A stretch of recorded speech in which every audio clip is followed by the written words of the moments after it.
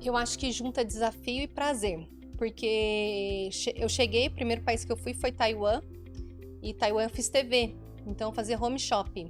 Eu nunca tinha ficado na frente de uma TV, eu não sabia nem como que era, eu não falava inglês. Fui viajar com 21 anos, logo que eu formei, sozinha. Eu cheguei lá e falei, gente, eu cheguei pra agência e falei assim, eu quero trabalhar. A arquitetura é muito ligada à moda. Então, moda, design, arte. E você morando fora, você consegue absorver toda essa cultura, esse outro olhar que você cria um repertório para poder trabalhar. Isso é diferenciado, né? É o network, você tem que estar ali, presente, saber ouvir, saber conhecer as pessoas e ser interesse. Porque interesse, a pessoa sabe que é interesse, né? Então, transparência. Tem pessoas que trabalharam comigo na Ferrete, clientes que trabalharam comigo, que são meus amigos até hoje. E eu acho que o equilíbrio é tudo na vida. Eu não tô todos os dias equilibrada, mas eu tento estar equilibrada todos os dias, né? Malhando, cuidando da saúde, faço terapia, terapia tá em dia. Olá, vencedores! Sejam muito bem-vindos a mais um episódio do seu podcast Arte de Vencer. Meu nome é Cláudio Gonçalves. Se você é novo por aqui, te convido a se inscrever no nosso canal, dê o seu like, coloque o seu comentário e compartilhe esse conteúdo que hoje a minha entrevistada tem uma história espetacular, extremamente inspiradora. Antes de apresentá-la, quero agradecer aos nossos patrocinadores, o Espaço da Audição, uma empresa de aparelhos auditivos com mais de 300 unidades em todo o Brasil, sempre um próximo de você. Com profissionais altamente qualificados, com aparelhos auditivos de última tecnologia, os aparelhos auditivos mais vendidos do Brasil você encontra no Espaço da Audição. Agende já o seu horário, www.espaçodaaudição.com.br. E se você quer dar um upgrade nos seus negócios, te recomendo fortemente a contratar os serviços da Brunticiative, uma agência de comunicação que vai cuidar de todo o marketing da sua empresa, desde geração de conteúdos, assessoria de imprensa, tráfego pago, tudo o que você precisa para atrair cada vez mais clientes e conseguir visibilidade. Um abraço à Vanessa, que vai ser mamãe, né? Parabéns, Vanessa, a Lu e toda a equipe também. E hoje eu tenho uma convidada super especial. Afinal de contas, eu já conhecia, mas nunca batemos um papo, né? E hoje nós vamos conhecer um pouquinho a história, que é a Graziela Oliveira. Ela é arquiteta, empreendedora e visionária. Afinal de contas, ela mescla na arquitetura, cultura e tecnologia. E hoje a gente vai conhecer um pouquinho essa trajetória. Seja muito bem-vinda, Gra. Obrigada. Estou muito feliz de estar aqui e poder compartilhar um pouquinho da minha história com vocês. Eu sempre começo as histórias relembrando a infância, que a infância é um Sim. período gostoso, né? E É, ali já diz muito sobre a nossa trajetória também. Você é mineira de Poços de Caldas, Sou de né? Poços de Caldas, Minas Gerais. Minha família é de Três Corações. E minha mãe mudou desde cedo, pequena para Poços, e nascemos lá. E eu tenho duas irmãs. E desde cedo você já queria ter alguma visibilidade, afinal de contas, logo pequena você já aparecia nos jornais da cidade, é isso? Sim, a minha mãe sempre cuidava da gente como se fossem umas bonequinhas, três Barbies assim, colocava o chapeuzinho. Então era muito legal como ela cuidava da gente, né? Então somos em três e ela sempre gostava de tirar foto nossa, levava para estúdio e acabava que a gente saía no jornal da cidade. Legal. E desde criança você já pensava em ser arquiteta? Como é que surgiu a arquitetura na sua vida? Eu sempre pensei em trabalhar com arte. Então, teve uma fase da minha vida que eu queria ser atriz, fui para o Rio de Janeiro estudar teatro, fiz a Cal, que é o de Laranjeiras, voltado para teatro mesmo e TV. E aí, quando, né, na hora de prestar vestibular, a minha mãe falou assim: aqui tem PUC, escolhe um curso, direito, administração e arquitetura. Eu falei assim, bom, não Só tem tinha muita opção, três opções. só tinha arquitetura. Eu até gosto de brincar que eu sou uma arquiteta que não gosta de desenhar. Eu gosto muito mais da área comercial, de estar com o cliente, de poder conversar. Então, vamos dizer que eu sou uma arquiteta aí diferenciada. Isso é bem interessante na sua trajetória, porque você carrega muita coisa de vendas, marketing, empreendedorismo, né? Isso deve te ajudar muito hoje no mundo atual também dos negócios, né? Com certeza. Eu gosto de falar que a vida nos direciona, né? Então, quando eu cheguei em São Paulo, eu fiz pós em design de interiores, que me levou a trabalhar em um escritório na parte de decoração, bem famoso, que é o Sig Bergamin. Depois eu trabalhei com decoração na Ferretti, que era um estaleiro de barco, e foi me levando para o mercado de alto padrão. Então, a gente vai tendo esse direcionamento na carreira. É muito engraçado, porque a gente planeja, mas às vezes o que a gente planejou não acontece. E a arquitetura, quando você começou a fazer, foi paixão à primeira vista? Foi, mas eu ainda pensava em ter uma segunda faculdade. Falei assim, não, eu vou formar. Eu fui a primeira a terminar o TCC, porque eu falei assim, gente, eu quero ficar livre da faculdade, não aguento mais. Eram 5 anos, das 7 às 7. E eu trabalhar, eu não cheguei a fazer estágio, mas estágio, né? Eu estudava a noite inteira, porque é muito projeto, é muita dedicação. E quando eu formei, eu falei assim, nossa, não vejo a hora de ficar livre. E eu formei em dezembro e viajei para fora do Brasil já para morar como modelo em fevereiro. Você virou modelo depois de formada já? Virei modelo depois de formada. E o que fez com que você virasse modelo e de repente não seguisse, já que você era recém-formada, talvez querendo colocar tudo isso em prática, o que fez com que você desse essa pausa, né, da arquitetura e vivenciar uma vida de modelo, o mundo afora? Então, e começou com a minha mãe, realmente, porque a minha irmã foi Miss Poços de Caldas e a primeira viagem da minha irmã, a minha mãe foi junto, que foi Ah, para já tá no Tailândia. DNA já. Já tá no DNA. Aí ela falou assim, aí o empresário, a gente tinha na época o empresário, ele falou assim, você quer ir viajar também, Grazi? Ela falou assim, bom, vamos também. E aí eu emagreci em torno de 10, 15 quilos, porque faculdade, comia de madrugada, festa. Eu falei assim, bom, vou emagrecer. Emagreci, tive toda uma reeducação alimentar e fui viajar. Aí a minha mãe já não foi junto comigo, porque ela tinha ido com a minha irmã já pra Tailândia. E a minha irmã mais velha, essa é a minha mais nova, e minha irmã mais velha, ela também trabalhava como modelo aqui em São Paulo. Vocês foram todas juntas para lá? Não, foi só a minha irmã mais Tá. nova. A minha irmã mais velha, ela trabalhou aqui em São Paulo, depois ela foi para a carreira de advocacia. E como foi esses anos de experiência como modelo internacional, em países diferentes, culturas diferentes? Isso foi um grande desafio ou foi algo extremamente prazeroso? Eu acho que junta desafio e prazer, porque eu cheguei, o primeiro país que eu fui foi Taiwan, e Taiwan eu fiz TV, então eu fazia home shop. Eu nunca tinha ficado na frente de uma TV, eu não sabia nem como que era, eu não falava inglês. Fui viajar com 21 anos, logo que eu formei, sozinha. Eu cheguei lá e falei, gente, eu cheguei pra agência e falei assim, eu quero trabalhar. Ela falou assim, mas você quer trabalhar? Eu falei, quero. Aí ela me colocou num programa de TV que eu trabalhava 16 horas por dia, 6 dias na Nossa. semana. E o dia que eu tinha folga, eu fazia catálogo, desfile. Então eu trabalhava 7 dias por semana, todos os dias, 16 horas por dia. Eu falei assim, ah, agora sim, agora eu entendi o que que é a vida de modelo, porque você trabalha pra caramba e dorme pouco, e no outro dia você tem que estar bem, bem disposta, sorridente, independente do que aconteça. E num país totalmente diferente, que você não conhecia praticamente ninguém Sim. ali, uma outra língua, outra cultura, Cultura, comida, tudo, Taiwan, né? eu lembro que a gente falou assim, ah, você vai pra Taiwan. Eu falei, nossa, que legal. Aí eu fui ver no mapa, conferi onde fica Taiwan. Eu falei, deixa eu ver certinho o que que tem em Taiwan, o que que eu vou fazer. E foi minha primeira viagem internacional. Foi como modelo, Quantos anos você tinha? 21. 21. A gente tem algumas fotos aí. Antes eu queria mostrar, puxar a foto 1, que é onde tudo começou lá em Poços de Caldas. Aí eu Esse é gosto Poços de muito Caldas dessa. aí? Não, esse daí é em Três Três Corações. Corações. Eu gosto muito dessa foto porque meu avô era pescador e minha avó merendeira. Então até fico emocionada porque a gente sempre acreditou em construir algo, né? E sua família sempre apoiou todos os seus Sim. projetos, desde o início. Uhum. Então eu gosto muito dessa foto, porque somos em três, minha mãe, meu avô, minha avó e meu tio. Bem roça mesmo. O que é legal de ver essas fotos da infância é que a gente não tem ideia, né, do que vai se transformar, né? Então a gente vê toda uma É, trajetória, mas naquele momento a gente não tinha nem não. ideia do que Imagina, ia. meu avô pescador. Ele vivia, meu tio tinha bar, e minha avó trabalhava na creche como merendeira. Então, Estávamos lá na roça todo final de semana. Vamos ver na foto 2 também, uma foto sua de criança ainda. Essa foto é num jornal lá de Poços É, de então, Caldas, essa é a minha local irmã mesmo.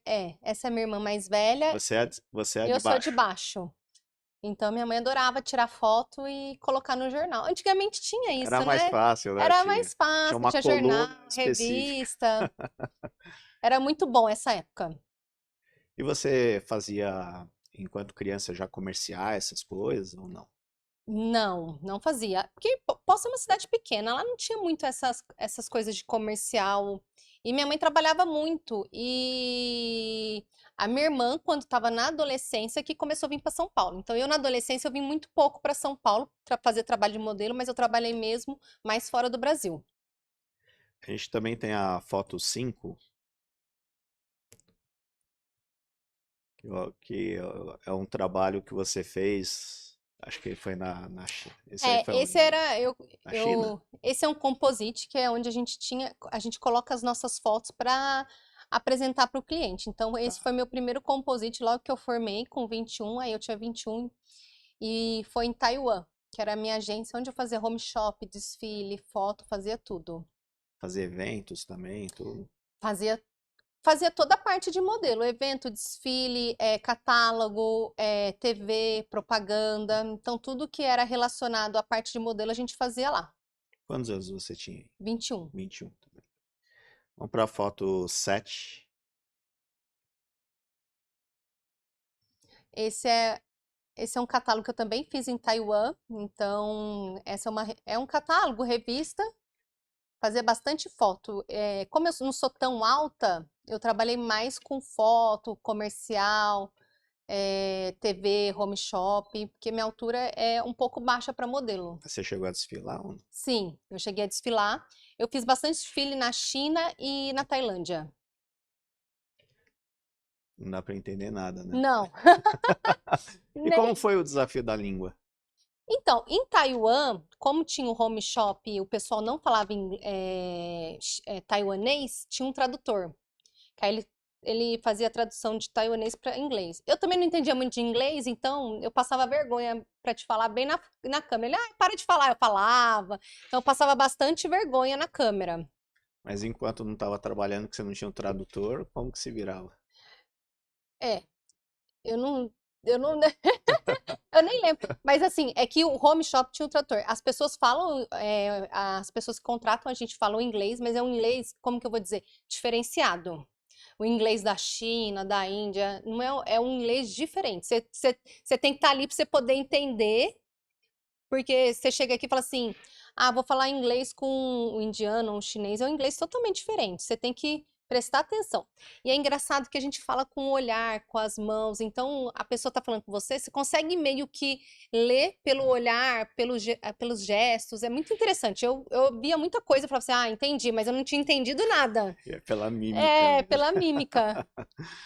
Vamos colocar a foto 8, mais uma foto. Eu gosto bastante, que eu fiz algumas capas de revista, né? Então essa Essa revista circulou no mundo todo, né? circula no mundo inteiro. E essa foi feita em Filipinas. Filipinas. Filipinas, morei também em Filipinas. Essa época eu morei com a minha irmã, que é a minha irmã mais nova. Coincidiu os países. Você ficou quanto tempo fora? 5 anos. 5 anos. Entre Taiwan, Filipinas. Taiwan, Filipinas, Coreia, China, Tailândia. Aí eu passava de 3 em 3 meses em cada país. Mas dependendo do contrato, você ficava 6 meses. Por exemplo, em Taiwan, meu contrato inicial era de 6 meses. Aí eu voltei para o Brasil, depois eu voltei. China eu morei bastante. Eu morei bastante na China e na Tailândia. A gente sabe que muitas modelos que vão para fora atrás de um sonho, muitas vezes passam muitas dificuldades, né? Passa. Como que foi isso? Eu, Assim, assim, eu ainda fui, vamos dizer, velha, com 21. Tem meninas que vão com 13, 14, mas o meu empresário direcionou muito, né? Então você chega lá, você tem onde você mora com os outros modelos, a agência ela dá um dinheiro mensal para você pegar táxi, para você comer. Então, independente do dinheiro, se você sai daqui com dinheiro ou não, você tem esse dinheiro mensal que a agência te paga, depois você retorna para a agência em forma de trabalho, mas é um dinheiro bem justo, Tá. vamos dizer. Então, você tem o dinheiro para comer, pegar Pelo táxi menos e você foi com só. uma previsibilidade, né? Não foi É, lá para passar sufoco, né? não passa tanto sufoco, ai, eu tô passando fome. Não, você tem o dinheiro. Pelo menos o meu contrato, você tinha o dinheiro semanal que você conseguia fazer uma compra de mercado, ir comer fora, pegar um táxi, você conseguia se virar. Mas essa situação é o normal que existe ou não? Você foi bem estruturada, mas não é a grande realidade.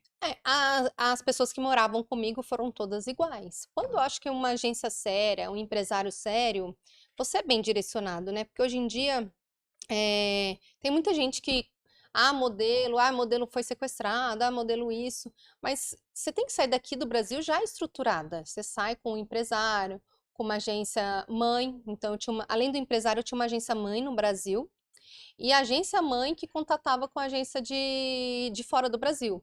Então, eram muitas pessoas envolvidas. Você chegava, você tinha o seu apartamento, junto com outras pessoas, ou sozinho. Eu também já cheguei a morar em hotel. Mas aí você mora com brasileiro, e eu morei com bastante russa, então você aprende muita São pessoas coisa, do mundo inteiro, o então. mundo inteiro. O que é interessante é que você pega, por exemplo, a China, né? É um tipo de marketing, por exemplo, anunciar na bolsa lá, né? Num catálogo.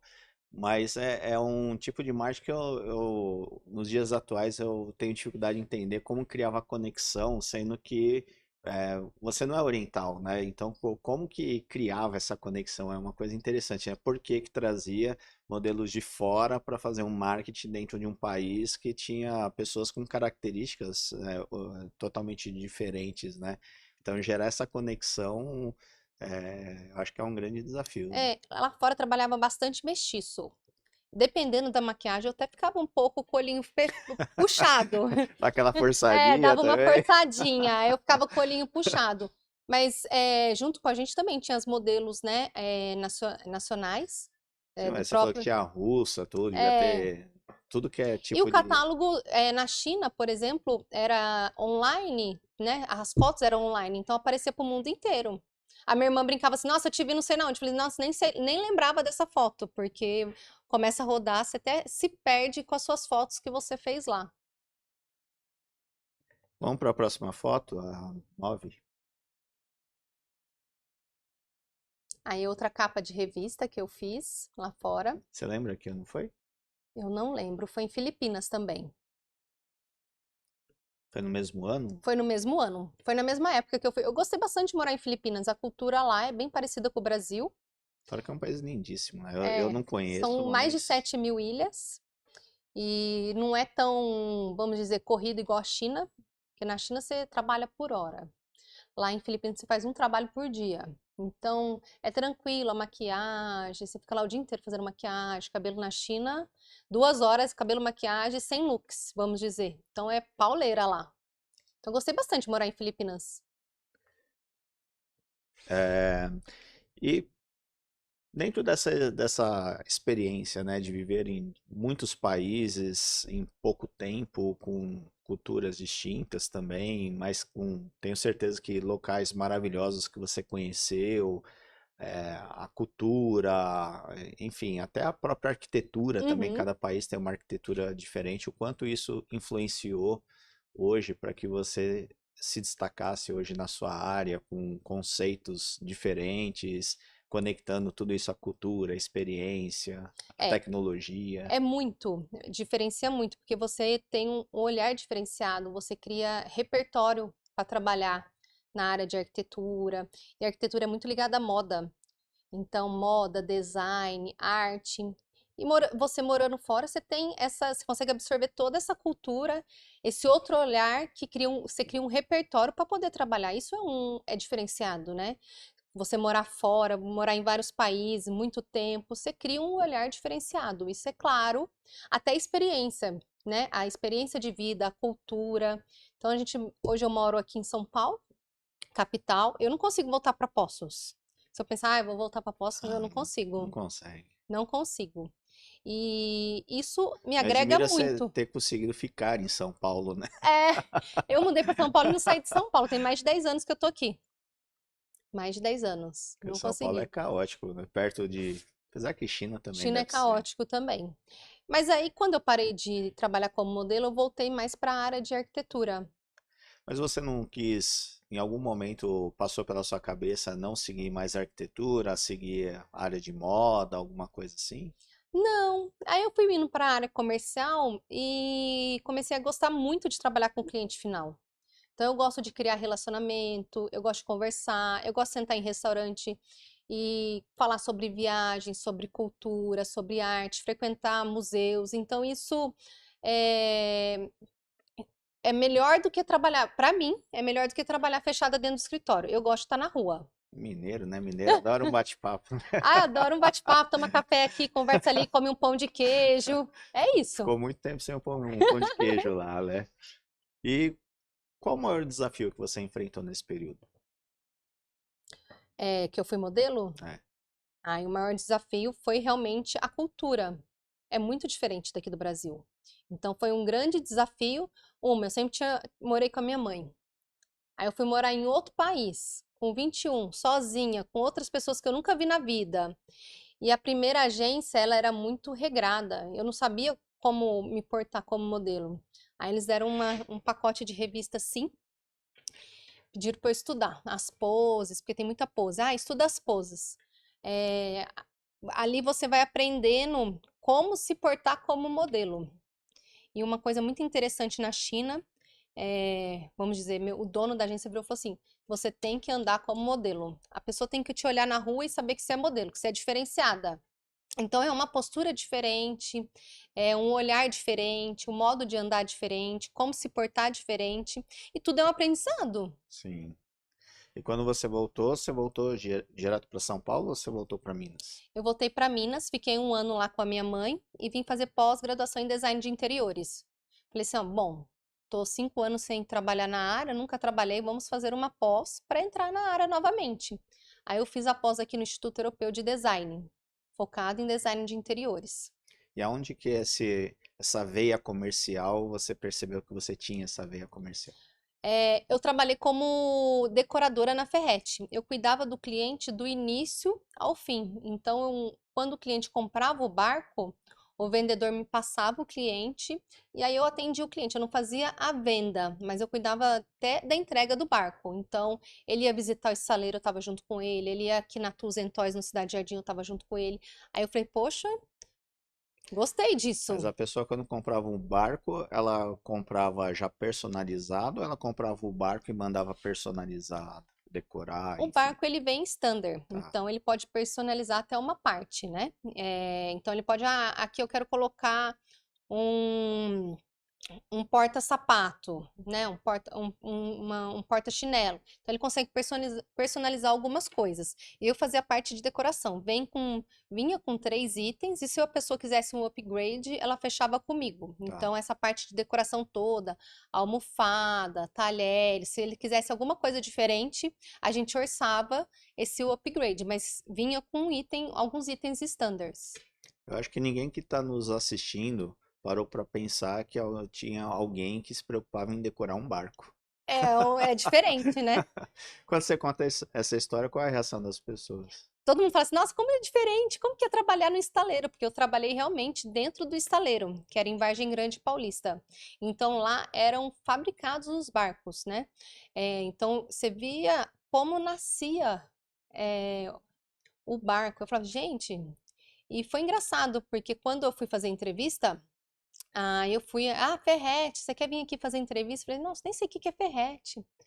Aí eu liguei para uma amiga minha, ela falou assim: Nossa, Ferrete, você não conhece? É super famoso de barco, tem no shopping Cidade Jardim. Eu falei: Gente, é daquele barco lá. Aí eu falei assim: Mas Vargem Grande, 50 minutos de carro.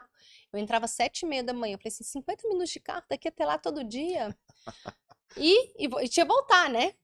E quando eu cheguei lá para fazer entrevista, eu apaixonei, porque é uma coisa que não era do meu mundo. A gente tem a foto aí, a foto 11, por favor.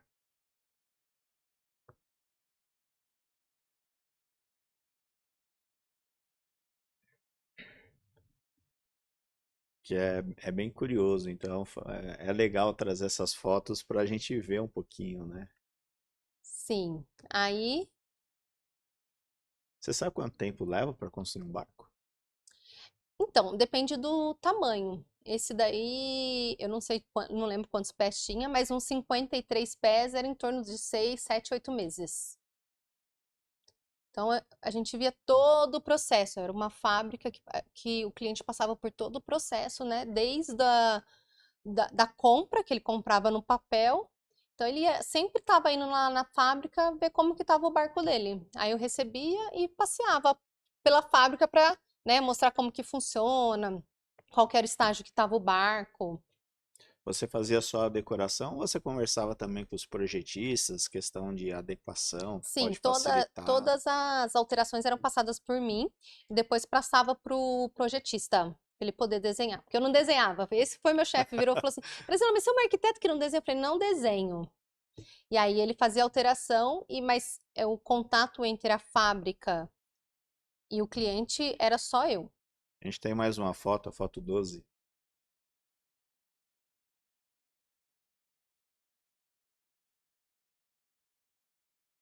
Aí ele já estava finalizado ou Aí não? ele já estava finalizado. E os barcos grandes, eles desciam por partes.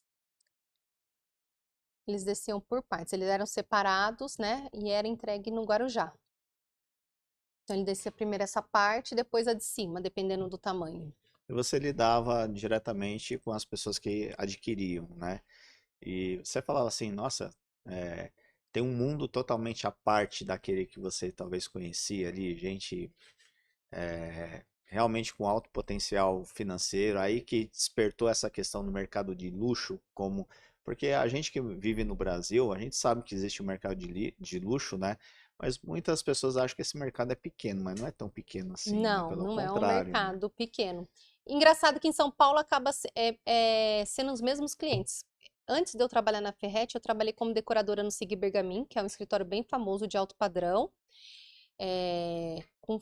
Ele faz casa na Fazenda Boa Vista, ele é bem renomado. E é ali que eu comecei a lidar com clientes de alto padrão.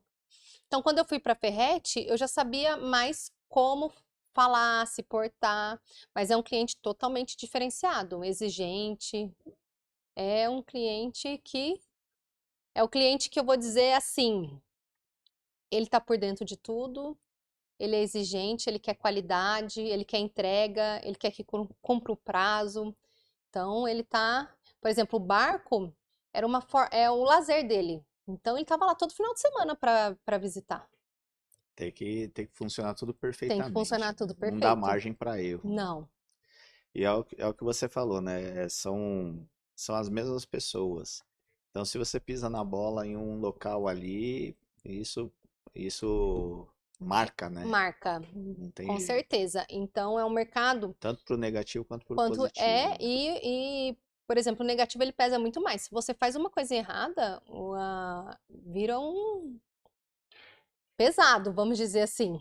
O que é interessante no mercado de luxo é a forma como essas pessoas, o boca a boca funciona muito, né? A indicação.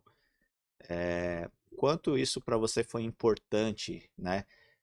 Esse network, porque são pessoas que fazem questão de quando eles gostam, eles, como você falou, são Uhum, exigentes, tudo, e eles sabem que pouquíssimas pessoas no mundo vão ter condições de trazer a excelência que ele tanto preza ali, né? uhum. Então, ele faz questão de, dentro da rede dele, realmente falar de você para todo mundo, e essas pessoas tendem a buscar. Então, é um negócio bem interessante essa construção de network. Ao mesmo tempo, você precisou repensar muito da sua rotina também para se adaptar a esse network, porque é um network que às vezes te exige conhecimentos de viagens, sobre política, economia, enfim, né? É esse Você tem que ter um. repertório. E como foi esse processo? Acho que para você tranquilo, né? Porque você sempre já tinha feito algumas viagens, já tinha bastante histórias interessantes para contar, mas obviamente que teve Mas que. é um mundo fora do meu, né? Eu venho lá de Poste Caldas, não é meu mundo. Mas morando fora, com esse repertório de viagem, trabalhando na Ferrete, no Sigo, eu criei um repertório onde eu consigo conversar com o cliente, entender o que ele quer. Isso me ajuda muito hoje. E a questão de network, quando eu saí da Ferretti, eu entrei para a construção civil, justamente porque um fornecedor me indicou para a construção civil, para a área comercial. Ele falou: ah, a Graziela saiu da Ferretti, ela é muito boa, e me indicou para a construção civil. Aí, quando eu entrei na construção civil, não saí mais, eu só fui para a indústria e voltei. Mas foi interessante também conhecer o lado da indústria, né? Sim, é diferente. Eu fui coordenadora da Docol, São Paulo e Rio de Janeiro. Cuidei aí de 350 lojas, 15 pessoas abaixo de mim. Foi um grande aprendizado, porque o mercado de alto padrão, quando você trata de construtora, são residências. Então você fica com um cliente, outro cliente, são igual barco.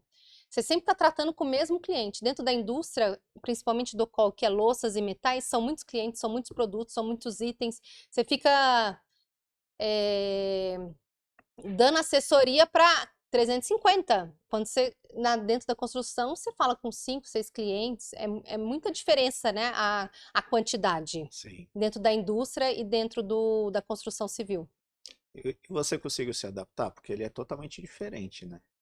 Da indústria para É, construção civil? Não, não é consegui. difícil, É né? muito, tem que ser, É um choque. eu trabalhava muito, eu acho que eu trabalhei mais que eu trabalhava na China. Eu trabalhava 16, 18 horas por dia. Aí eu falei, gente, nossa senhora, eu ando muito cansada. Acho que eu vou voltar para construção civil. Por conta da rotina, do trabalho, eu viajava toda semana. Então eu cuidava do Rio de Janeiro, cuidava do interior de São Paulo, eu estava sempre viajando. Eu falei, eu acho que eu prefiro realmente voltar para a construção civil, que você cuida do cliente com mais qualidade, você conhece realmente o cliente, porque é quase um casamento ali, né? Durante a obra.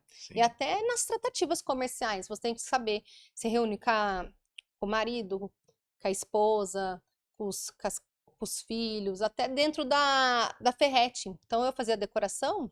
Quando você faz decoração, você entra dentro da vida da pessoa para saber como que vai decorar a casa, porque aquilo ele também quer, dentro do barco, é uma casa. Ele Sim. também quer ter referência da casa dele. E, e é bem diferente. Eu falei assim, gente, eu acho que eu prefiro trabalhar com poucos clientes e mais qualidade. E como que é trabalhar com o sonho das pessoas? É difícil trabalhar com o sonho das pessoas. Tem uma frase na arquitetura que fala assim: ah, o cliente tem tanto, mas que ele quer que entregue tanto. E o arquiteto, ele tem que saber conversar com o cliente e ver quanto que o cliente está disposto a pagar realmente, né? Porque o cliente, ele imagina, quando ele vai ver no orçamento dele, ele fala, não é possível que vai dar tudo isso. Ele não tem noção. E sempre gastar mais também. Sempre gasta mais. E obra, então, é dor de cabeça. O diferencial é como que você vai resolver esses problemas. Qual a sua agilidade em resolver problemas na obra? Porque obra, quando você fala obra, é problema. E já aconteceu assim alguma situação de depois de pronto você ter algo que o cliente falou assim, puxa, ficou legal, mas sei lá, tá faltando alguma coisa, alguma revisão final ali que teve que refazer algo que já estava feito, Ah, porque não de ficou do marco teve. agrado. Um cliente estava namorando, aí a namorada escolheu toda a decoração do barco junto com ele. Então era um toque feminino, vamos dizer. Aí quando foi entregar o barco, ele já tinha terminado com a namorada. Aí a mãe dele entrou, a mãe dele entrou no barco e falou assim: Nossa, mas esse barco não parece de homem. Aí ele mudou toda a decoração. Ele teve que mudar tudo. Mas porque no início foi escolhido uma coisa, depois terminou o relacionamento, aí já queria mudar. Então já teve sim de mudar tudo, embarque e casa também, né? Quando você faz a casa, depois que mora, tem sempre ajustes que você faz dentro da casa. E esses ajustes vão indo de acordo com o tempo. A casa é viva. Então, a casa é viva, tem manutenção, tem ajuste. Você tem que tratar da casa.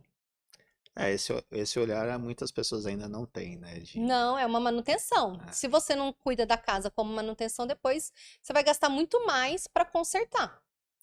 E como você enxerga hoje, principalmente aqui em São Paulo, aonde tem surgido empreendimentos com projetos arquitetônicos totalmente diferenciados, inspirados em empresas lá de fora, com assinaturas de marcas conceituadas também. Como você vê a entrada nesse momento desses tipos de empreendimentos? Eu acho super interessante. Temos arquitetos muito bons em São Paulo, mas eu acho que São Paulo é isso, é uma mistura de cultura, né? Por exemplo, uma vez eu sentei numa mesa com uma turma, não tinha ninguém de São Paulo, tinha 20 pessoas. Então, São Paulo é essa mescla. Então, eu acredito que é muito boa essa entrada dos arquitetos de fora para continuar com essa mescla. Sempre a gente tem que aprender a aprender. E aqui em São Paulo tem arquitetos muito, muito bons, que também levam seus projetos para fora. Então, acho que São Paulo é essa mistura entre o internacional e o nacional. Legal. E a gente vê que também ah, alguns lançamentos de prédios com assinaturas, eles vendem muito rápido, né? Eles vêm caros e vendem muito rápido. Isso mostra o quanto as pessoas gostam da exclusividade, Gosta, né? gosta Ainda gostam. do nome, né? A gente tem alguns empreendimentos como Armani, até hotéis. As grandes marcas também estão indo para hotéis, cafés. Elas estão deixando ali a parte da loja, né? Indo para hotéis, café. A gente teve em Milão esse ano. A gente foi até no café da Louis Vuitton, maravilhoso. A loja com o café.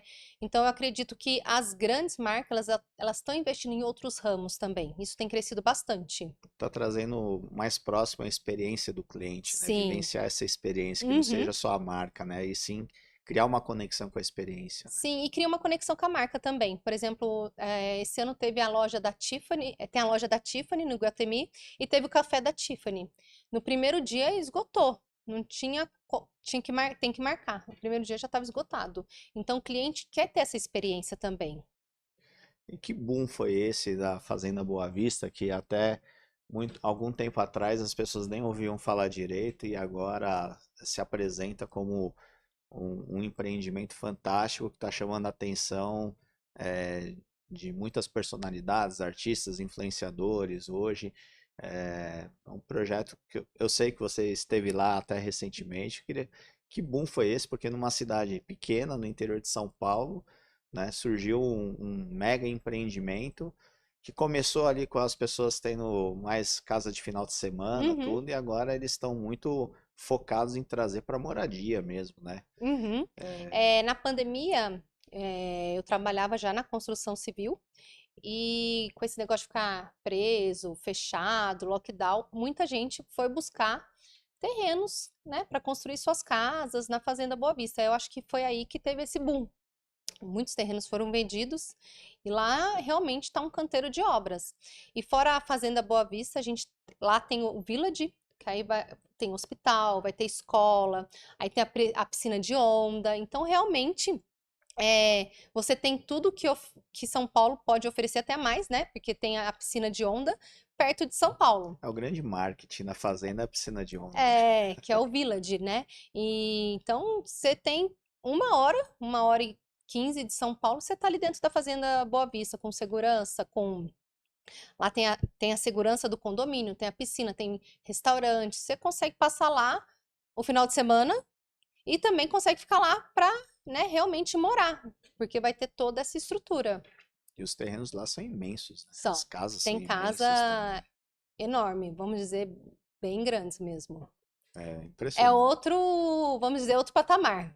Eu admiro quem teve a ideia, né, de transformar um local ali, uma cidade pequena com Porto Feliz ali, em uma referência que virou referência nacional, né? Virou referência nacional, como um condomínio de alto padrão. E na frente eles já compraram também para construir. Então, além do condomínio Fazenda Boa Vista, tem o Village e na frente também compraram já para fazer outro condomínio. E esse condomínio tem sido um ícone, um marco assim para a arquitetura? Ou não? Com certeza, ali tem, quem tem casa ali, tem a casa com os melhores arquitetos do Brasil. As melhores construtoras, os melhores arquitetos. E ali tá um PIB, né? Exato. Ô, Graziela, a gente sabe que a grande força do seu trabalho se dá muito no seu network, né? Uhum. É, essa construção de relações ao longo de toda a sua trajetória profissional, fazendo amizades, trazendo excelência, trazendo o diferencial, trazendo o detalhe que o cliente quer. Eu queria que você comentasse um pouquinho a importância do network no mundo dos negócios, que além de saber fazer bem feito, a importância também de construir esse network e falar para as pessoas, né, o que você faz, né, o marketing, a importância do marketing. Então eu queria que você falasse um pouquinho sobre isso. Com certeza. Como eu mudei para São Paulo, é, logo que eu vim de fora, né, internacional, cheguei em São Paulo, eu tinha algumas amigas que já moravam aqui. E aí elas foram me apresentando pessoas, e dentro da Ferret também conheci muita gente, dentro do escritório do SIG, e eu acho que relacionamento você tem que cultivar, né? O network você tem que estar ali, presente, saber ouvir, saber conhecer as pessoas, e sem interesse, porque interesse, a pessoa sabe que é interesse, né? Então, transparência, tem pessoas que trabalharam comigo na Ferret, clientes que trabalharam comigo, que são meus amigos até hoje. E é muito engraçado, porque teve um estagiário que falou assim, ai, que saudade de trabalhar com você. Então, você cria esse carinho, essa empatia, transparência, e as pessoas não vão te esquecer. Então, tem que ter ali um cuidado para tratar qualquer pessoa. Tem que ter empatia, independente do patamar que a pessoa esteja. Porque você sempre precisa de pessoas em volta de você para fazer Sim. realmente esse network, para ter contato. Ainda mais que eu nem sou daqui. Eu fiz pós aqui, mas realmente todo o meu network eu criei com as pessoas do meu trabalho. Mas isso é interessante, porque cada vez mais a gente vê que a tecnologia tem afastado um pouco as pessoas, né? Então hoje as pessoas se preocupam ali, contratei um serviço, eu vou lá, entrego o serviço e ponto final. E às vezes falta um pouquinho dessa ousadia também, dessa cara de pau Tem que de ter cara de realmente pau. trazer uma relação para uma relação próxima. Só que isso exige disciplina, trabalho, Disposição, predisposição, né? horário, Porque, porque senão porque você não dá conta. senão, exatamente, E até para ter esse network, você tem que sair de casa. Você não consegue ter um network dentro de exato. casa. Eu estou fazendo um MBA online e eu não vejo as pessoas que estão comigo. Se fosse presencial, como faculdade, pós que você vai presencialmente, você consegue fazer um network muito melhor.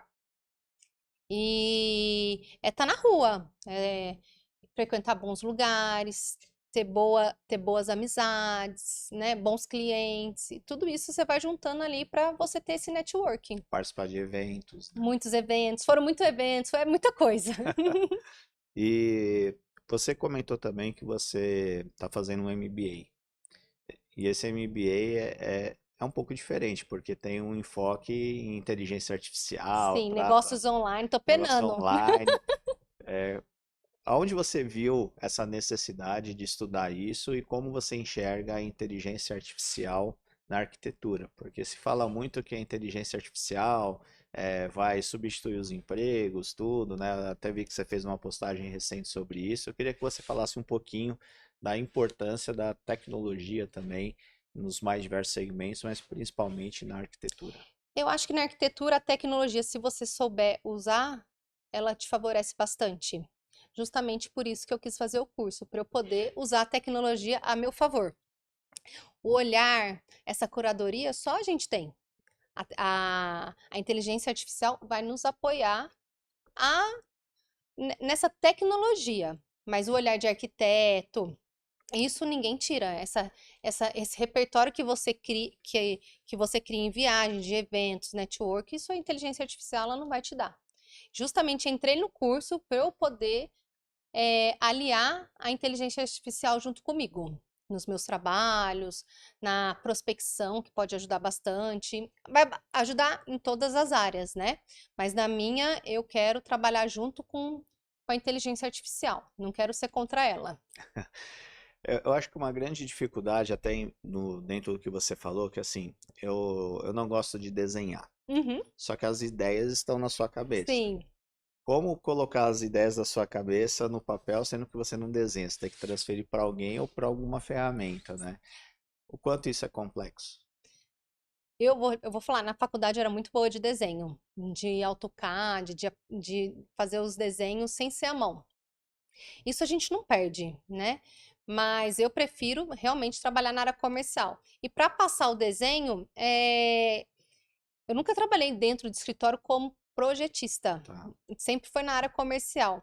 Mas eu faço meus rabisquinhos lá, né? Croqui, eu faço um Dá os croquisinho. parpites lá. É, não uns palpites. Mas desenhar, vou falar assim, desenhar à mão não sou muito boa, não. Isso deixa a desejar. E dentro de toda a sua trajetória profissional, o que foi mais marcante para você?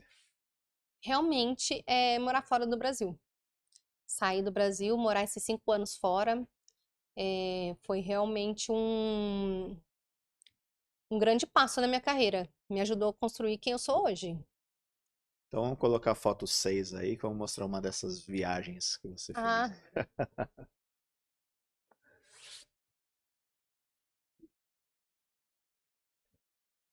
Tá no jeito aí a foto 6? Aonde foi essa foto? essa foi na Tailândia. Tailândia. Era novinha também. Quantos países você já conheceu? Ah, mais de 45. Porque você continua viajando, né? Meu, meu hobby é viajar. Eu Mas tenho uma viagem e já emendo outra. a viagem é o dinheiro mais bem gasto, né? É.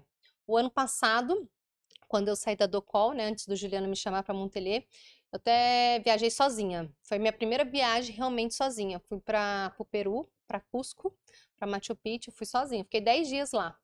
O ruim é que é um caminho sem volta, né? Você viaja sozinho, depois você não quer viajar com ninguém. E liberdade, você faz o que Liberdade, você quer. vai jantar a hora que quer, acorda a hora que quer, então é um caminho sem volta. E que país você ainda não conheceu e que você quer conhecer? Difícil. Mas é engraçado que muitas viagens eu fiz com a minha mãe. E se for olhar os países que eu quero conhecer, eu não tenho a lista dos países que eu quero conhecer ainda. Porque, por exemplo, mais de 45 países que eu já viajei. Para mim, qualquer país vai agregar. Então não tenho, eu quero ir para esse lugar. Eu não tenho um lugar específico, tudo depende do meu momento. Por exemplo, Machu Picchu não estava na minha lista. Surgiu a Surgiu a oportunidade. oportunidade, falei assim, gente, eu acho que eu quero ir para Machu Picchu. Peguei e fui. Deserto do Atacama também não estava na minha lista. Aí eu falei, bom, acho que eu quero ir pro deserto. Eu acho que eu quero ir pro deserto do Atacama. E fui. Então não tem país ainda que eu. Ah, tá na minha lista que eu quero ir viajar. A lista é grande, né? Eu quero conhecer todos os outros que eu não conheci. Mas eu acho que depende do momento. Como você consegue fazer tanta coisa em 24 horas? Ah, eu durmo pouco. Mas atualmente eu tô dormindo bastante. Eu tô dormindo mais de 8 horas por dia. Eu acordo 5 para ir pra academia. Tinha uma época que eu ia na academia às 5h50 da manhã. Abrir a academia. Abri a academia. Eu gostava de ser a primeira. Hoje em dia eu já não dou mais conta de ser a primeira. Eu chego lá, tipo, 6h30. Aí eu vou pra academia, depois eu vou trabalhar. Aí eu faço os eventos que tem que fazer. É puxado. Tem dia que eu saio 5 de casa, chego 11 horas. Ó, tem louco pra tudo, né? Tem que, tem que Mas o mais aproveitar louco tudo. é 5 horas da manhã na academia. 5, né? Esse 5 horas da manhã. Era essa época foi puxado. Eu ia mesmo. Eu adorava ir 5 horas da manhã. Agora não, agora eu preciso dormir umas 8. Se eu não durmo 8, eu já nem vou na academia cedo. E quem te acompanha nas redes sociais, dá pra ver o quanto você faz um equilíbrio de corpo, mente e espírito, né? Essa, esse lado espiritual já vem desde criança ou em função das viagens, até porque você foi em destinos que Uhum. trazem muito esse aspecto da espiritualidade, interferiu muito para esse equilíbrio hoje que você tem, que As você viagens busca. interferiram. Eu fui para a Índia também, então é um aprendizado morar na China, na Índia, e eu acho que o equilíbrio é tudo na vida. Eu não tô todos os dias equilibrada, mas eu tento estar equilibrada todos os dias, né? Malhando, cuidando da saúde, é, faço terapia, terapia tá em dia. Em- Ficar em casa. Antigamente eu falava assim, gente, não tô fazendo nada. Pra mim, eu ficava incomodada de não fazer nada. E hoje eu vejo que não fazer nada também é um descanso. Também a mente tá relaxando, descansando. Eu acordava e pulava da cama no final de semana. Hoje eu acordo, fico um pouquinho, vou pra academia. Não gosto de ter horário, não gosto de ter nada pra fazer sábado e domingo, porque realmente eu quero descansar. E descansar recarrega a energia, dá esse equilíbrio que a gente precisa. E eu gosto de cuidar muito de mim, do meu corpo, da minha mente, ainda mais aqui em São Paulo. É muito difícil morar em São Paulo, eu moro sozinha, minha família, cada uma mora em um lugar. Então, para você morar em São Paulo sozinha e não ficar louca, você tem que ter esse equilíbrio. Não diariamente, que é impossível, mas você tem que estar ali. Eu medito todo dia, eu gosto de frequentar a igreja de domingo, tento ir na academia todo dia, não consigo, mas eu tento. Então, acho que é o equilíbrio das coisas que você tem que fazer. Nem trabalhar muito, nem trabalhar pouco. Eu não sou extremo, não sou nem 8 nem 80. Eu gosto de estar ali no equilíbrio. Para as pessoas que estão nos assistindo, eu queria que você olhasse para essa câmera aqui e falasse para elas o seguinte: como se tornar uma empreendedora de sucesso? Quais as características que tem que ter? O que te levou a esse grande sucesso? E também para quem está em busca dos seus sonhos, como você ali pequenininha, tinha os seus sonhos e você a cada dia tem buscado cada vez mais realizar não só aqueles sonhos, mas vai construindo novos sonhos também. Então eu queria que você passasse uma dica para as mulheres que estão nos assistindo, que a gente sabe que vida de mulher empreendedora também não é fácil, Não. mas eu queria que você falasse um pouquinho de quem é a Graziella, quais as características que te levaram a esse sucesso. Bom, eu acho que acreditar no seu sonho é a primeira coisa. E batalhar, estudar, fazer relacionamento, networking. Então, quando você tem esse equilíbrio de todas as coisas, você tem o sucesso. E o mais importante é acreditar realmente em você, acreditar que você vai vencer. Obstáculo sempre vai ter. Realmente a vida é cheia de obstáculo, mas o ponto de você acreditar, você ter coragem de enfrentar esses obstáculos, resolver esses problemas, estudar, te leva a um patamar acima. Com certeza, vencer na vida. Legal. Queria colocar a foto 10 agora, por favor. Que eu acho que deve ser uma das primeiras fotos sua como arquiteta, né? Ah, Provavelmente. essa foto eu Porque medi no usando barco. trena ainda, né? Usando trena lá. Nem tudo era luxo, né?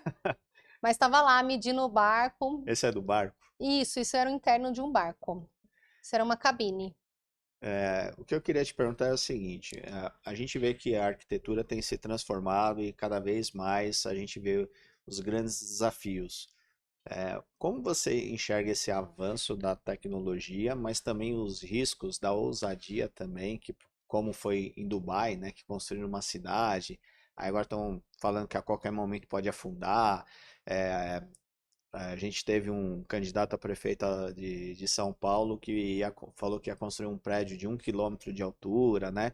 O quanto esses desafios, né, são interessantes e a tecnologia ajuda a se tornar realidade, mas também os riscos, porque a gente sabe que toda coisa nova oferece riscos, né? Então eu Com queria que você falasse um certeza. pouquinho sobre isso.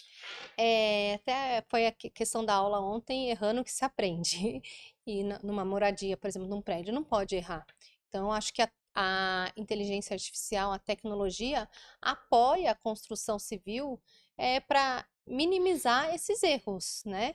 Então, eu acredito que a tecnologia e a inteligência artificial, com certeza, esses erros que a gente vê, tendem a diminuir cada vez mais. A tecnologia é treinada para isso. E a construção civil no Brasil está preparada para esses projetos? Para a mão de obra? Está preparada? Acho que não. Acho que não está preparado. Tem muitas construtoras que elas não estão preparadas e elas têm que se preparar, porque se elas estiverem aliadas com a tecnologia, vai ser um diferencial daqui hoje, né? É um diferencial estar aliado com a tecnologia e com a inteligência artificial. Eu ia falar daqui 5 anos, não, mas a tecnologia já está aí, a inteligência artificial já está aí. Então, as empresas, os empreendedores, as empresas, elas têm que correr atrás para ficar aliada com essa tecnologia e apoiar. Eu falo porque eu tive uma experiência recente, que eu comprei um apartamento com um projeto que é de fora, né? E a construtora pegou o projeto e tentou fazer aqui, aí pegou a época de pandemia também, e foi um grande desafio, porque era um prédio que tinha um modelo de construção totalmente inovador, diferente, e ele subia e em algum momento ele girava as plantas também, né? Uhum, E eu lembro que a obra atrasou até um ano, porque em função desse giro que tinha que fazer, tinha que vir pessoas de fora do país para acompanhar, e na pandemia ninguém viajava, a obra simplesmente parou, né? E o resultado ficou bonito. Hoje é um prédio que é super falado aqui em São uhum. Paulo, mas ao mesmo tempo, a gente que está lá, a gente consegue observar algumas coisas e falar assim, isso aqui poderia ter sido melhor, né? Eu acho que faltou ou tecnologia ou uma mão de obra especializada para fazer 100% na excelência como deveria, né? Então, eu acho que, como você vê também que existe uma evolução muito rápida nos conceitos, nos projetos, mas também a carência de mão de obra para executá-los. Porque o mercado de luxo, como esse que você atua, como você falou, é muito exigente. Uhum. E acho que não tem pior sensação do mundo do que você ficar refém de uma mão de obra que às vezes não está à altura daquele projeto. Então, como vocês lá cuidam disso? Vocês treinam pessoas, vocês têm equipe própria, vocês terceirizam? Como é que funciona isso para que o resultado para o cliente de vocês ali seja o melhor possível? Uhum. Dentro da construção civil, a mão de obra está muito escassa. Aí é o diferencial da construtora ter a mão de obra própria. E com a mão de obra própria, a gente consegue treinar o funcionário e lapidar ele realmente para entrar no mercado de alto padrão. Porque um funcionário, por exemplo, que faz Minha Casa e Minha Vida, ele ele não tem o olhar do mercado de alto padrão. São pessoas, são olhares diferentes, né? Então, realmente, está escasso a mão de obra. O diferencial é contratar uma equipe interna e lapidar essa equipe, confiar na equipe interna. Essa equipe vai apoiar muito mais a obra interna do que uma mão de obra terceirizada. Então, acredito que esse é o diferencial hoje em dia. Você que viajou por mais de 45 países, deve ter visto que aqui no Brasil as obras parece que demoram mais do que em outros países, né? Se constrói casas, prédios muito mais rápido em outros países. É, qual que é a nossa limitação hoje para que a gente possa ter uma velocidade de construção maior? A gente tem bastante residências de steel frame, né, que tem aqui no Brasil, que está iniciando. Eu acho que essa realmente pode ser, eu não estou falando um assunto, né? Pode ser a mão de obra escassa, né? Nos Estados Unidos a gente vê obra assim, ficando pronta. Na China eu dormia, acordava, já tinha prédio pronto. E no Brasil a mão de obra realmente é escassa. Eu acho que as pessoas não estão preparadas para construir essas residências mais rápidas. E o brasileiro ainda gosta de tijolão, vamos dizer assim, né? De parede mais grossa, drywall também não, eles não gostam bastante. Então, acho que também é questão da cultura. É porque a gente vê às vezes apartamentos de altíssimo padrão com paredes drywall, assim, um É negócio, bem mais rápido. mas é um pouco incoerente também, né? É um pouco corrido. Mas eu acho que com a tecnologia, isso tudo, cada vez mais a construção padrão vai sair. Tende a ser reduzida. Mas além de treinamento, existem técnicas lá fora ou maquinários lá fora mais avançados que poderiam ajudar? Porque eu sei que não é muito a sua área, mas pega a obra pública, por Uhum, exemplo, né? Aqui aqui em São Paulo, para você tapar um buraco, você tem que mobilizar 50 pessoas, dois caminhões, né? Uma série de materiais, sendo que no Japão é uma máquina autônoma que vai lá, faz tudo que tem que fazer e o buraco realmente é tapado, né? Igual o nosso que na primeira chuva ainda já afunda, vai. né? Eu acho que é muita questão de cultura. Cultura, e tem coisas aí mais, vamos falar, o buraco é mais embaixo.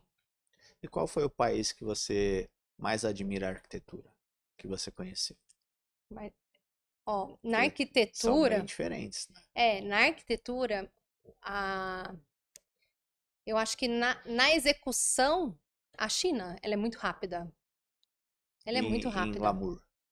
Em glamour, difícil, porque tem muito país. Cada país é diferente. Não dá nem pra falar que país que eu mais gostei de morar, porque cada um tem as suas peculiaridades. Por exemplo, eu amei viajar pra Índia. Amei. Se você olhar a Índia, você vai falar, não é tão moderna igual um Hong Kong, por exemplo. Então, acho que são arquiteturas diferentes. E, e cada um tem suas peculiaridades. Então, acredito que todas, né, têm alguma coisa especial. Queria trazer mais três fotos, a 14, a 15 e a 16, por favor.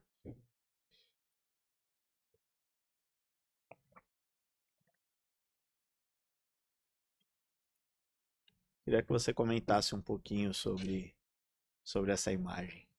Bom, essa imagem é uma residência, né, que a gente prospectou pela construtora e é o nosso foco.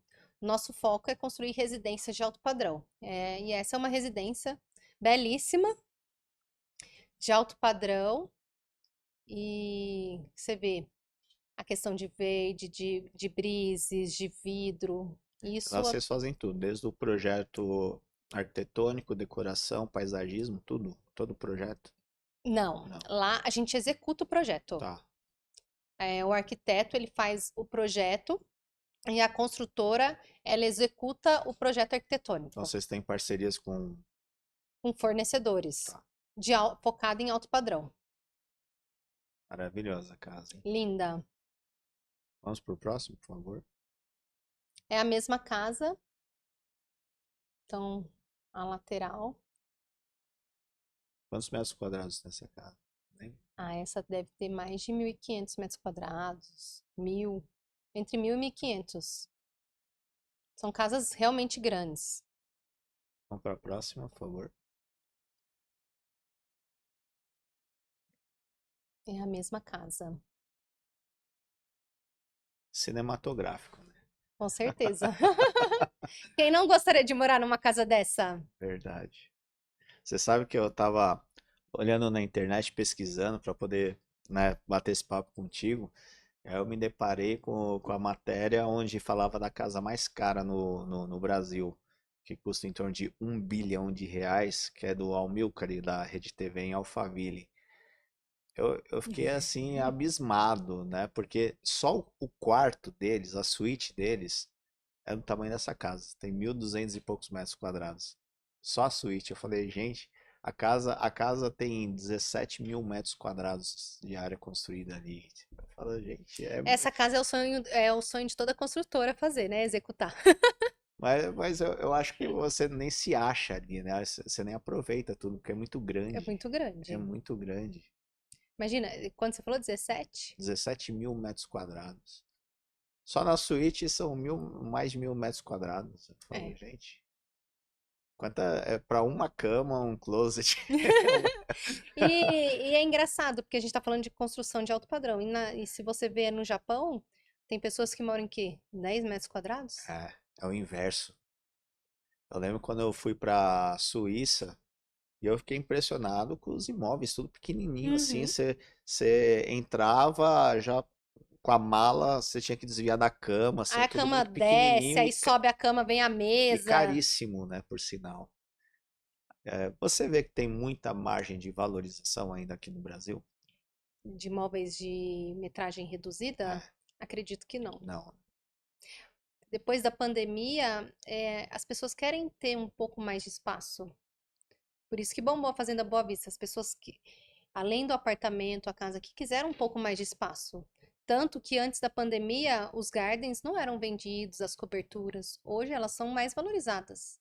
As coberturas, os gardens, realmente, porque você tem esse espaço ali embaixo e tem a piscina na cobertura. Antes da pandemia, vamos dizer que era miado. A É, cobertura era a última a vender. Hoje exato, é a primeira a vender. exato. E o que é engraçado também é essa evolução do interior de São Paulo, principalmente das regiões próximas ali, Jundiaí, Sorocaba, porque são regiões que são próximas ao grande centro, mas também que tem áreas para construir, que ainda é possível construir. Porque em São Paulo não tem mais terreno para se ter uma casa dessa em São Paulo Uhum. hoje, você não encontra nenhum terreno para construir. E tem muitos condomínios além da Fazenda Boa Vista. Tem a Quinta da Baronesa, tem a Fazenda da Grama, tem o Aras Larissa. Então, realmente, os condomínios perto de São Paulo, eles estão crescendo bastante. E é uma coisa que o pessoal aqui de São Paulo sente falta, né? Que nem eu de infância sempre morei em casa. É Eu também difícil você sempre ter que morei em casa. morar em apartamento. É, A gente acaba optando por uma questão de segurança e tal, mas eu acho que todas as pessoas, se pudessem, moravam em casas, né? uhum, Principalmente quem tem filho, né? exato. A O minha irmã mora em Brasília, espaço. ela mora em casa. As crianças, elas brincam dentro de casa. É outra infância. Completamente diferente de quem mora em apartamento. Brasília também tem umas arquiteturas bacanas, Tem. né? Tem umas casas maravilhosas. Legal. E vamos ver agora a foto 17, por favor.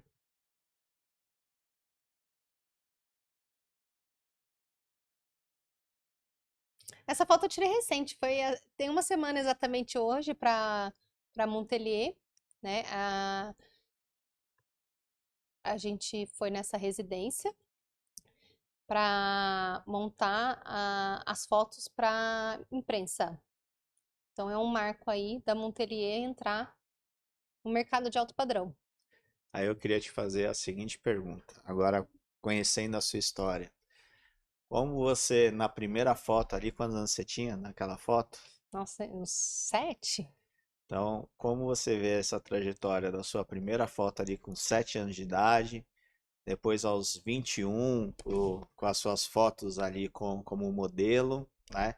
E agora o seu book, né? Agora de empresária. Como você enxerga toda essa evolução? Você olha para trás toda essa carreira consolidada, mas também com muitas coisas ainda pela frente. Afinal de contas, você ainda é jovem, com muitos sonhos e tem conseguido cada vez mais espaço no mercado, que eu acho que é extremamente promissor, porque eu falo que quem entra no mercado de luxo, ele já está muito à frente da grande parte das pessoas, porque tem que ter um olhar diferente, não é fácil, é muitos detalhes, tem que ser muito disciplinado, cumprimento de prazo, né? Você não pode deixar um fio solto nisso, você tem Uhum. que amarrar todas as pontas, né? Então, como você enxerga toda essa trajetória e você fala que você viaja muito com a sua mãe também, né? O que que sua mãe fala hoje pra você quando vocês param pra conversar sobre tudo isso? Realmente, é, durante esses anos aí, como modelo, viajando, eu criei um repertório para chegar onde eu tô. Não foi fácil, né? Tô estudando até hoje. Nunca é. Acho que parar de estudar não dá. E tô estudando até hoje, fiz muitos cursos, fiz curso na USP, fiz curso na SPM, fiz a pós. Então acho que é muito estudo, muita viagem, muito aprendizado, muitos erros, e que me levaram a ser a pessoa que eu sou hoje. Ainda não sei como você arruma tempo pra tanta coisa. Eu ainda acho que eu não faço muito coisa. Eu ainda virei pra Mica hoje e pensei, nossa, mas eu acho que eu não fiz muita coisa hoje. Parece que o tempo não rendeu. Quase todo dia eu falo isso pra ela. Eu falei assim, nossa, parece que o tempo não rendeu hoje. Ela, nossa, Grazi, você já fez isso, isso, isso. E aí, na nossa cabeça, pra você ver, eu acho que eu faço pouco ainda. Mas principalmente São Paulo, que a gente perde muito tempo em trânsito, dá Uhum, uma sensação que você podia ter feito muito mais e não consegue, né? aqui a vida é corrida. Queria te fazer algumas perguntas finais Uhum, rapidinhas aqui, né? Que cidade você acha que todo arquiteto deveria conhecer? acho que Milão. Milão? Principalmente na Feira de Milão. Porque é um olhar ali de arte, de design diferenciado. São as grandes tendências. Uhum, as grandes tendências. E nem para a Feira de Milão, porque a Feira de Milão é legal ir conhecer, mas na rua de Milão. Então você sai de uma loja, entra em outra, e a arte, o design, ela tá na rua, ela tá no movimento das pessoas, porque todo mundo ali tá com o mesmo intuito, né? Conhecer a arte, ver as novidades. E eu acho que na feira, ir para Milão, na feira, é o diferencial. Você falou também eh, da Índia, até na própria Europa, que tem aquelas arquiteturas mais antigas. Mas ao mesmo tempo você vê essas arquiteturas novas, como essa que a gente viu da casa, são maravilhosas. Qual você prefere? Eu acho que eu sou mais as antigas, vamos dizer, as mais clássicas. Eu gosto da moderna, mas as clássicas eu tenho um amor maior. Eu já prefiro as novas. As clássicas eu tenho um amor, eu acho diferente. É porque tem história, Tem né? história. Eu acho que esse que é Uhum. o que difere. Não é o mais bonito, mas eu acho que carrega a Carrega história. uma essência. Que eu acho que é isso que torna especial. Concordo. E o maior erro em projetos de alto padrão? Eu acho que é o budget. Eu acho que é o budget. Eu acho que o arquiteto, o cliente vem com uma expectativa. talvez seja gerenciar essa expectativa do cliente. Porque ele vem com budget e gerenciar esse budget e entregar o que o arquiteto, o que o cliente espera, com o budget que tem. Em reforma é quase impossível, né? Em construção ainda você tem uma previsibilidade maior. Reforma é uma surpresa, né? É. Você Você vê quebra naqueles ali, programas lá que a pessoa estipula um budget e tal, vê o que vai fazer, a princípio daria pra fazer tudo. Aí encontra um monte de contratempo e faz metade só. reforma é surpresa, você nunca sabe o que que vai encontrar. É mais fácil construir do zero. Se Ó, você. eu adoro arquitetura, mas odeio reforma, obra. É que Tenho a obra é dor trauma de disso, tenho cabeça. trauma. E a construtora tá aí para poder apoiar, realmente, né? Tornar, vamos dizer, esses BO, resolver esses BOs mais rápido. Essa é a função aí da construtora, de uma boa construtora, contratar uma equipe especializada. Sim. E uma tendência arquitetônica que você admira? Acho que os arquitetos brasileiros. Tem muito arquiteto muito bom, E são renomados lá fora, é reconhecido, com certeza. né? Arquiteto lá fora tem muitos que estão projetando para fora do Brasil. Eu acho que os arquitetos brasileiros estão aí, com tudo. Cite alguns, assim, que você admira. Márcio Kogan, Isai, Bernardes, Jacobsen, são grandes arquitetos. Bacana.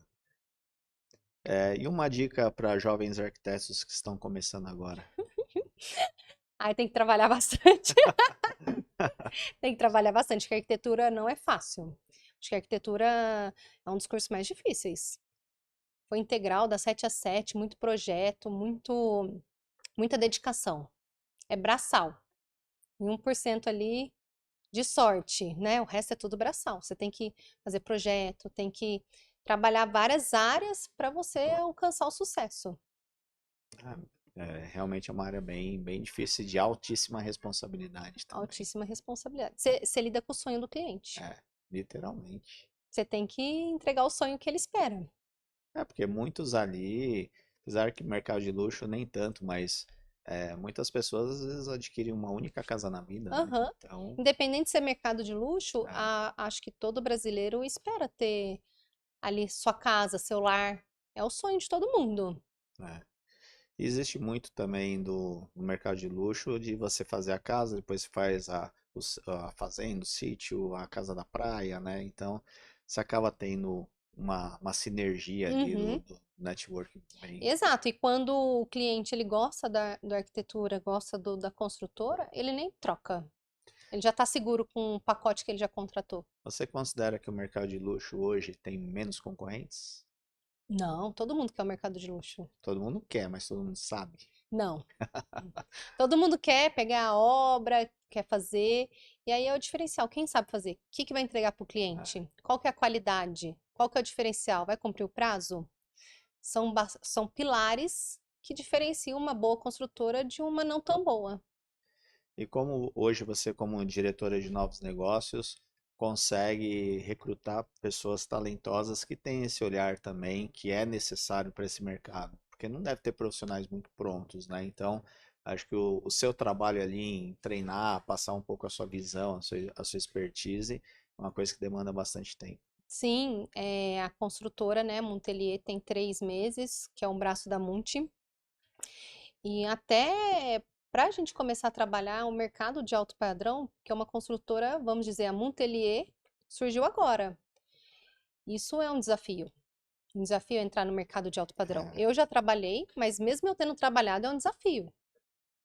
mas eu acho que o grande sucesso, porque assim, começar nesse mercado é muito difícil, porque é um mercado de luxo, ele é muito consolidado. Para Uhum, quem entra, construir um nome, porque existe uma fidelidade muito forte.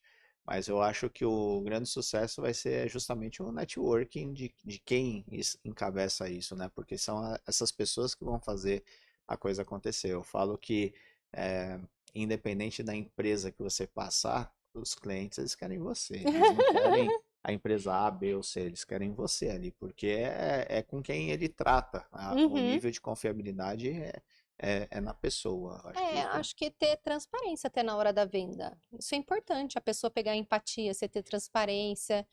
E isso realmente faz o diferencial do cliente querer fechar com você. Transparência, empatia, você garantir que vai entregar uma obra bem feita, dentro do prazo. É quase impossível, vamos dizer, dentro do prazo, mas a construtora sempre tenta entregar dentro do prazo, né?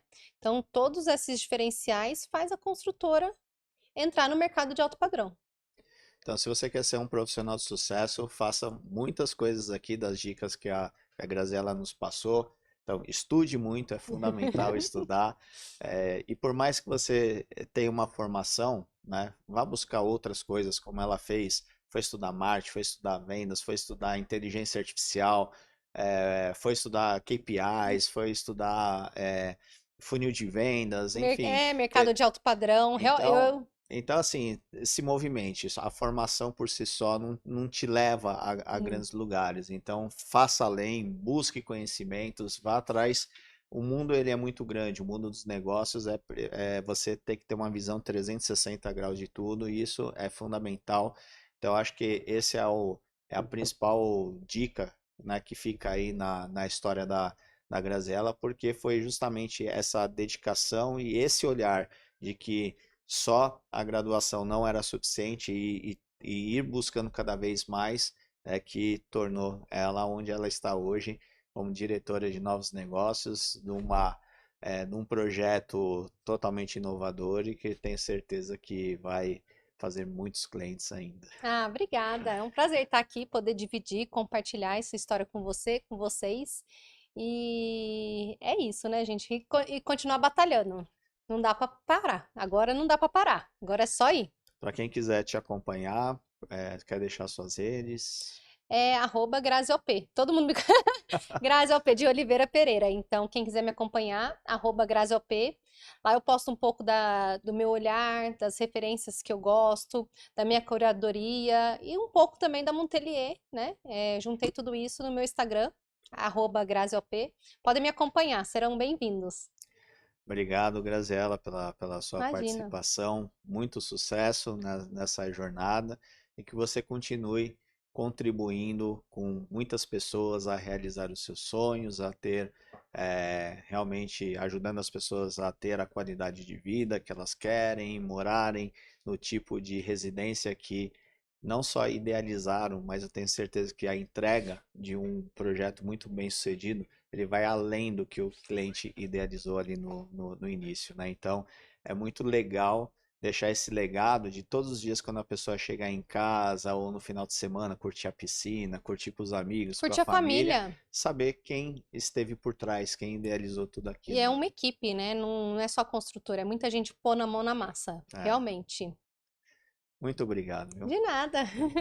Se você gostou desse episódio, dê o seu like, coloque aí no seu comentário e também pode compartilhar esse conteúdo com arquitetos ou outros futuros arquitetos ou com as pessoas que você acredita que vai se interessar por esse assunto. Muito obrigado e até o próximo episódio do seu podcast Arte de Vencer. Até lá!